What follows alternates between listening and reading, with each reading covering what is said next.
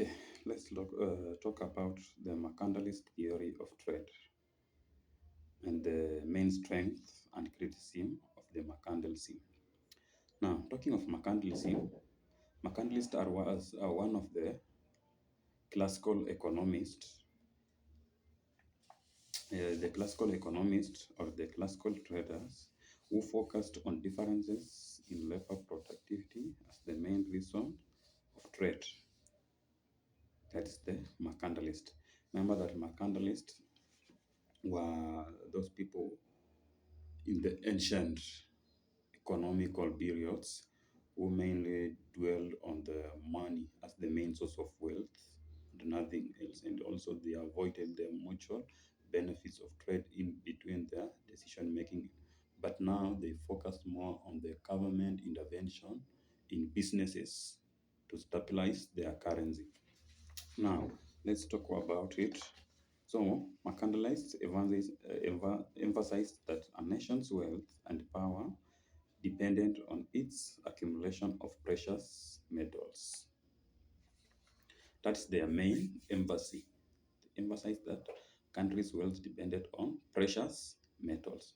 And these metals were mainly the silver and gold, depending on gold and silver for wealth. That's their main source of wealth and their main emphasis as far as trade is concerned, or as far as economic stabilization is concerned. Now, according to Mercantilist, the best way to achieve national prosperity was to maintain a favorable balance of trade. Maintaining a favorable balance of trade, it means they mostly focuses on export than the imports. Their main aim was to export more than they import. Talk about Germany. Germany or the even USA. USA mostly exported most of its goods to Asia and African countries, but they imposed more tariffs, quotas, and other barriers to African countries and Asia who decided or who had intended to export their goods to USA. So they majorly focused on export than imports. Now let's look at some of the features of mercantilist theory. One of the features of mercantilism is the favorable balance of trade. We need to export more than we import. Having more export than import, it will mean that our economy is stable. Now we are producing more that we can even have some of the goods to sell them outside the country than we need to purchase from other countries. Number two, we have government intervention. With mercantilists, they mostly relied on government intervention. Government intervened on most of the activities, more so when it comes to imposing barriers to imports, like coming up with taxes, quotas, and import tariffs. All of those, the government are the one who negotiated the deals to come up with such factors, and also to retain the gold and silver in return of the export, so that they can be able to stabilize their exchange rates with other countries, or to gain more wealth, as their wealth was determined by the amount of precious metals like gold and silver the country had. Number two, we have the colonial expansions. Mercantilists believed in colonial expansion, knowing very well that through the colonial expanding of the colonialists, they will be able to get free labor or even cheap labor, raw material for their industries, and through this they will be able to expand their wealth. That's why I find most of the European countries started colonizing the African countries to gain more mm, wealth and labor, given that African countries had more precious metals or ornaments and even silver. For example, taking of Congo in Africa, East Africa. Congo has so many deposits of gold. So the European countries, like the Britain, decided to go there and expand their colony so that they can be able to get free labor from the Congolese, and number two, to get uh, the precious metals, the gold from the Congo, where they be able to bring back to the US so that they can be able to negotiate deals with other countries or to stabilize their economy and be able to use the labor achieved from Congo to work in the industries and gain more product for export. Next, we have the bullions. National wealth was measured by the stock of gold and silver. That is what the European or the Mercantilist believed in. They believed that the wealth was determined by the number of gold or silver one had. The more gold you have, the more rich you are. And so that's why the Mercantilists or the European countries believe that, like the USA, believe that the more you export and the more you receive the precious metals from other countries and save as stock, it will increase your wealth in returns.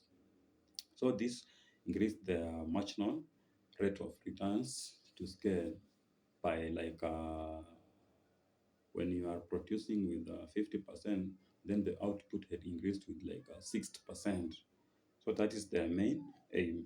They majorly focus on bullions, the stock of precious metals. Next, we have the protection scheme. What is protection scheme? Protection scheme is whereby the country imposes so many barriers on imports to protect their domestic industries and to avoid importing more than they export, or to maintain their uh, favorable balance of payment or balance of trade. So the mercantilists believe that countries need to come out with the protection scheme to impose more taxes and tariffs on imports so that countries may depend on their domestic industries and domestically produced goods to avoid more uh, more barriers or avoid more irregularities in their exports imports balance. Next, we have, so that's all about the features of the mercantilist theory.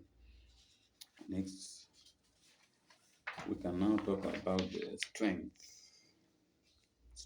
of the mercantilism. What were their strength, or what their lean on? They encouraged industrial growth through protectionism.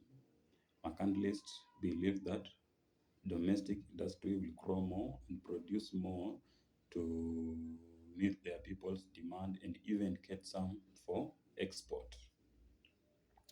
They even promoted national unity and power. We have the foundation of modern trade policies. Yes, that's where we get the modern trade policies there, or where the modern trade policies began from.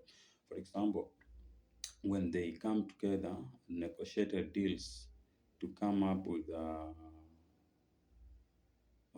import tariffs and other barriers, it means that's where the government intervened on stabilizing their currency first before exporting or before importing from other countries. Also, it acquired cheap labor and raw materials from the African countries and other colonies where they used to produce their goods at a cheaper cost and gain more benefit through the exports. We also have stimulated exploration and colonization. Yes, they stimulated the colonization and exploration, whereby most of the Europeans started to explore parts of Africa and part of Asia and all over the world to increase their colonies and also to explore more and learn more from the world, where they get their raw materials, where they got their stock to increase their bullion stock. Now, also have the criticism of the Mercantilist. Under the credit scheme of Mercantilist, we have the zero-sum view of trade, whereby we say that it strongly assumes that one nation's gain is another loss, ignoring the mutual benefit of trade.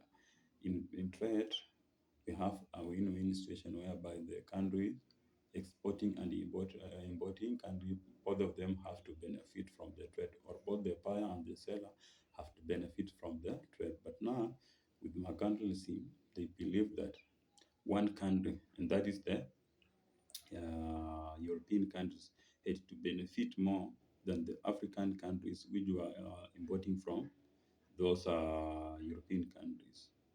So, and therefore, it avoided the mutual benefits of trade.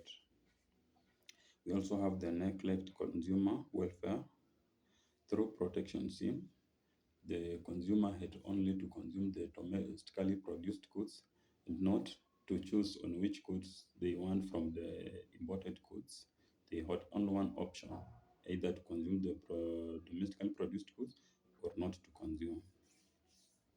They discouraged free trade through mercantilism.